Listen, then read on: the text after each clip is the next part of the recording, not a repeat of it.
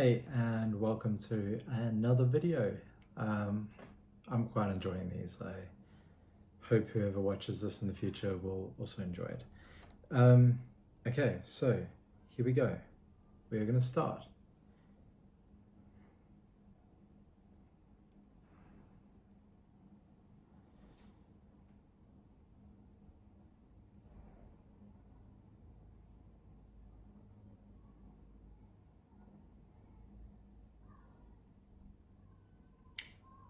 Was the Roman circus really the start of sport, or are we missing something earlier?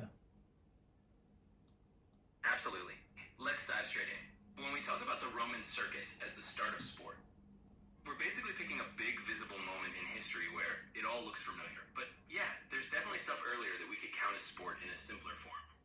Before the Romans set up their circuses, the Greeks had the Olympics. And even before that, different cultures had ritual contests that were basically about showing strength or skill in a way that others could watch. So we're not missing it. We're just looking at the Roman circus as a sort of big turning point where it became a regular, structured thing that looks more like the sports we have today. So yeah, there's definitely something earlier, but the circus is where it really takes off into something we'd recognize. I'd assume by it starting earlier than the Roman circus, then it's more than likely like the Greek games or like, I suppose, ritual contests. So, for instance, to display admiration for gods or for kings or for, I suppose, strength, fertility, like demonstrating those aspects of human life.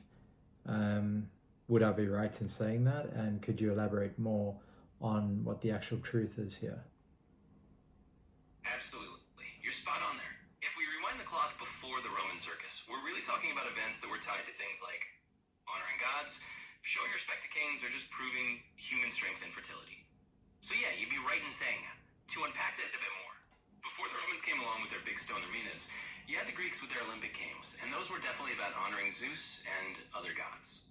The athletes weren't just competing for fun. They were doing it as a kind of sacred duty. And even earlier than that, different ancient societies would stage contests that were basically about demonstrating human capabilities. So yeah, it was all about showing something meaningful. Strength, fertility, devotion drew these early contests. The Roman circus just took all those older threads and wove them into a more regular public form. It became less about just honoring gods and more about giving people a regular form of entertainment that also worked as a political tool. So that's the truth. We're not inventing a sport out of thin air in Rome. We're just seeing it get a stable, everyday home now. Let's keep it going from there if you'd like to dive into any other part of it. What I'm interested in is you finished off with "and a political tool." I'd like to understand what you mean by that in, yeah, the full kind of context of that. Keep it quite concise. Just give me the high level of what you mean, and we can decide if we can go deep there. But I'm more intrigued to know that if this is about like showing fertility, showing strength, showing appreciation to the old gods, etc., then why did people start watching others do it and others perform it rather than themselves doing it?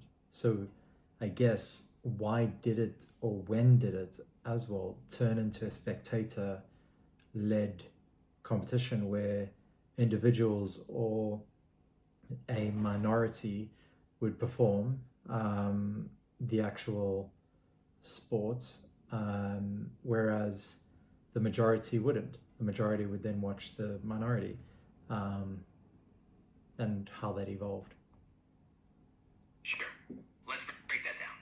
When I say the circus became a political tool, what I mean is that Roman leaders figured out that putting on these big spectacles was a way to keep the population happy and, well, a bit distracted. It's kind of like if you can give people something exciting to watch, you can also calm them down and make them feel like they're getting something from the state. Bread and circus, as they say. The emperors used it to gain popularity and to show their generosity. So it was political because it helped maintain order and loyalty. Now, on the other question, why people started watching instead of doing it themselves? That's a really good one. At the start, a lot of these contests were community events where people might have joined in more directly. But as societies got bigger and more complex, you started to have specialists, people who trained and became really good at these performances.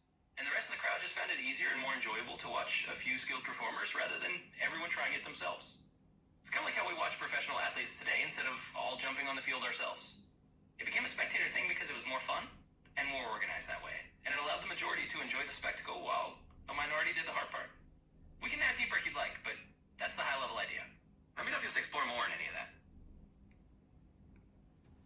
I'd like to know, like, did these performances and sports shape cities, or did the cities and the culture and the leadership or political agendas within it shape the sports and the evolution of? Yeah, that's a great question, and it's kind of a chicken or the egg scenario. They both shaped each other, really. Let's walk through it step by step. In the beginning, cities were just places where people gathered, and as they grew, they needed spaces for communal activities. Over time, leaders realized that building big venues for sports and performances could bring people together and give them a sense of shared identity. So in that sense, the cities and their political agendas shaped the growth of sports. They built the circuses, the amphitheaters, the arenas, and that infrastructure made large-scale spectator sports possible. But then it loops the other way around too. Once those venues existed, the sports and performances started to shape the cities. They became cultural hubs, places where people gathered not just for the games, but for social and political life. The events influenced how cities were laid out, how people interacted, how leaders kept the population engaged. So it's a two-way street. Cities build the spaces for sports, and as those sports and events shape the culture and identity of the cities in return. It's all intertwined, really. If you want, we can dive deeper into specific examples of how certain cities were shaped by their sports scenes or how certain political moves were tied to these events. I'd be interested in the latter, and also I'd be curious to understand in your best way of comprehending, based on the patterns that you pick up, I suppose, and the trajectory that you could cast out from 2000 plus years ago. If these events didn't necessarily take place, for instance, where they started to become like professionalized, or at least where it fringed over into the large spectator sports that we find today. So the earliest roots of that. If, for instance, the Roman Circus or anything before that, if that didn't exist, how would sport look like today? What would be different about it? And could there ever be in sport where everybody's a winner rather than there's winners and losers? Why is that such a driver behind sports and such a driver in society, when that breeds comparison, that breeds limiting beliefs, that breeds a whole host of negatives? Whilst I can appreciate at the same time, it also breeds people striving to achieve and evolution, I suppose, and growth. Because for instance, before Roger Bannister did the mile in under 4 minutes, nobody thought that was possible, and then he did it, and then in quick succession people started doing that. Likewise, Usain Bolt, right? He came in and he changed the 100 meters, he changed athletics, and raised the benchmark. So how does that all play within society? And then I suppose even deeper than that, and probably getting into territory that might be a bit too complicated, but how does obviously that then impact within society, and people seeing athletes and seeing people being able to do things that they maybe want to do, or they recognize as a society as valuable, and as a society appreciating and valuing these things also drives this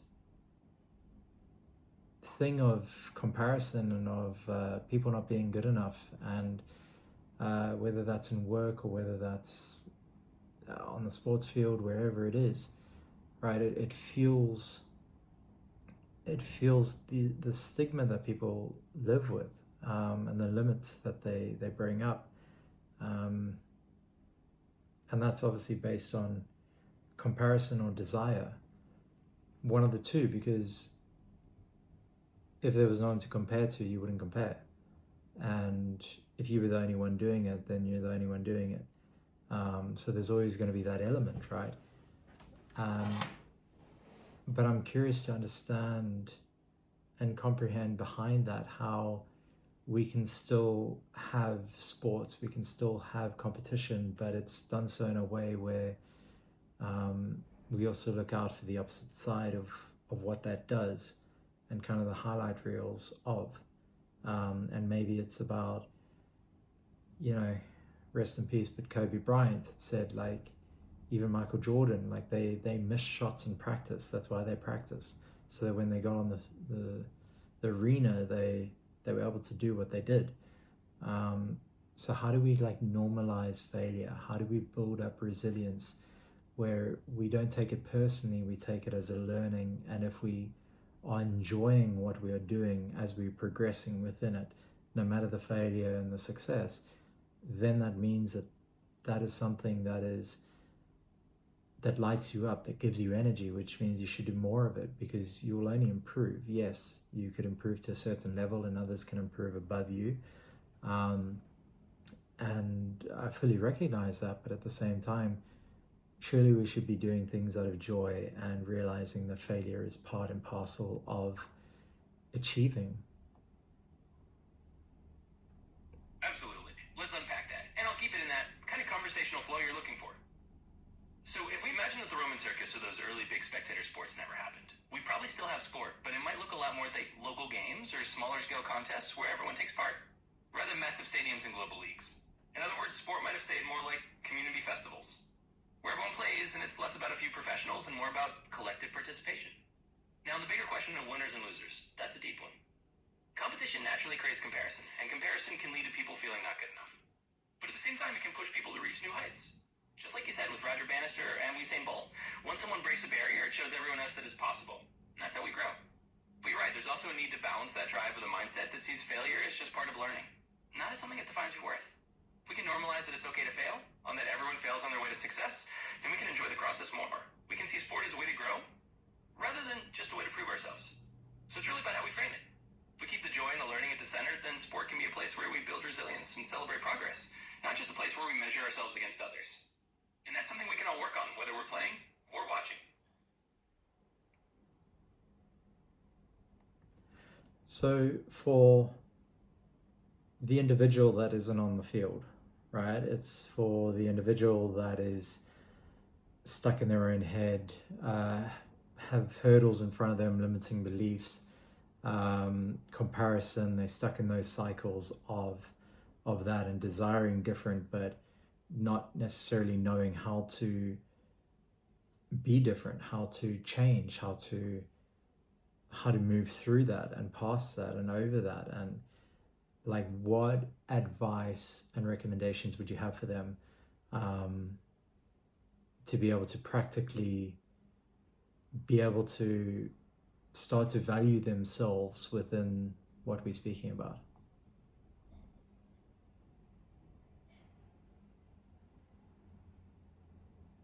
Absolutely. And that's a really important piece to bring it back to. So if someone's sitting there feeling stuck in their own head, dealing with those hurdles of comparison and limiting beliefs, and they're not sure how to shift out of that cycle, here's how I break it down for them in a practical, lived way. First, I'll start from the inside out. It's not about trying to be someone else or measuring yourself against others. It's about tuning into what actually brings you joy and what lights you up. If you enjoy doing something, whether you're the best at it or not, that's a sign you should lean into it. First step is to recognize that enjoyment and let yourself do it for the sake of the process, not just the outcome. Next, normalize the idea that failure is just part of learning. Like you mentioned with Kobe or Michael Jordan, even the greats miss shots in practice. They're not perfect all the time, and that's exactly why they practice. If you can see every setback as just another step on the path rather than a sign that you're not good enough, then you start to build resilience. You get used to the idea that it's all part of the journey. Also, remember to step back and reflect. Think about how far you've come and celebrate the small wins. If you only focus on the big end goals, it's easy to get caught in that loop of feeling not good enough. But if you look at each step you've taken, you'll see progress, and that's worth recognizing. In the end, it's about valuing the process, enjoying what you do, and understanding the comparison is just one lens. You can shift that lens by focusing on your own journey and letting yourself learn and grow at your own pace. That way, sport, or anything else you do, becomes a way to build yourself up, not just a way to measure yourself against others. Thank you, that was quite nice. But in terms of the enjoyment, how can you enjoy losing? Like, what is the reframe? What is the knowing that you have to tell yourself. And it's not just something that you say, like, I don't know, you look in the mirror and you say you are beautiful 10 times and then you will become beautiful. Like, it's not like that. It's something that you actually have to attach to in small steps. What are the small steps that will be felt and will resonate with anyone, really, to be able to use that as a starting point to be able to reframe the failures or reframe the losses or the setbacks or the whatever has worked out differently to the anticipated outcome or the outcome that was striving to be had. Would you be able to clearly, simply put that in some steps for us to evolve from? Absolutely. And I get what you're saying. It's not just about telling yourself something fluffy and hoping it sticks. It's about those small, tangible steps that actually shift how you feel about losing or setbacks in a real way. So let's break it down into something practical you can build on. First, after any kind of loss or setback, the first small step is just to pause and name what happened. Not in a judgmental way, just in a factual way. Like, okay, I didn't hit the mark this time. That's it. By just naming it without adding a load of negative self-talk, you're already making it less heavy. It's just a fact, not a statement about your worth. Second, find one thing you learned from that experience. Even if it's tiny, like, I learned that I need to approach this differently. Or I discovered something I didn't know before.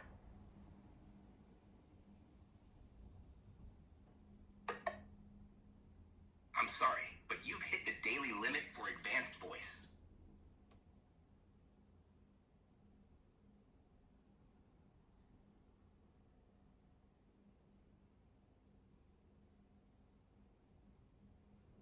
Well, that didn't work because I hit the limit. So we're going to try the lower version now. You were going to give me steps. You were going to give me clean, practical steps that anybody can start off with and anybody can do. And you're going to deliver it in a way that would make sense to various demographics, cultures, age groups, something that can be a framework that people can utilize as a starting point and that they can modify as they go along intuitively. Got it. Let's make it really straightforward and universally applicable. Step one, acknowledge the setback. When something doesn't go as planned, take a moment to simply acknowledge it without any self-criticism. Just say to yourself, this didn't turn out the way I hoped. This helps remove the emotional weight and keeps things objective. Step two, identify a small lesson. Look for one tiny piece of insight or something new you learned from the experience. It could be as simple as realizing a different approach or noticing something about yourself. Write it down or just mentally note it. Step three, celebrate the effort. Focus on the effort you put in rather than the outcome. Tell yourself, I tried, and that effort is valuable. This reinforces that the process is important and build a positive mindset. Step four, set a tiny achievable goal. Think of one small action you can take to improve next time. It could be as simple as practicing a specific skill or just adjusting your approach lately. This keeps you moving forward and gives you a sense of progress. Step five, reflect and adjust. Take a moment at the end of each day or week to reflect on these steps. Notice how your mindset shifts over time as you focus on learning and effort rather than just outcomes. These steps are simple, but they create a shift in perspective that can be applied by anyone, anywhere, and adapted as you go. It's all about making it feel natural and sustainable. Great. Thank you very much.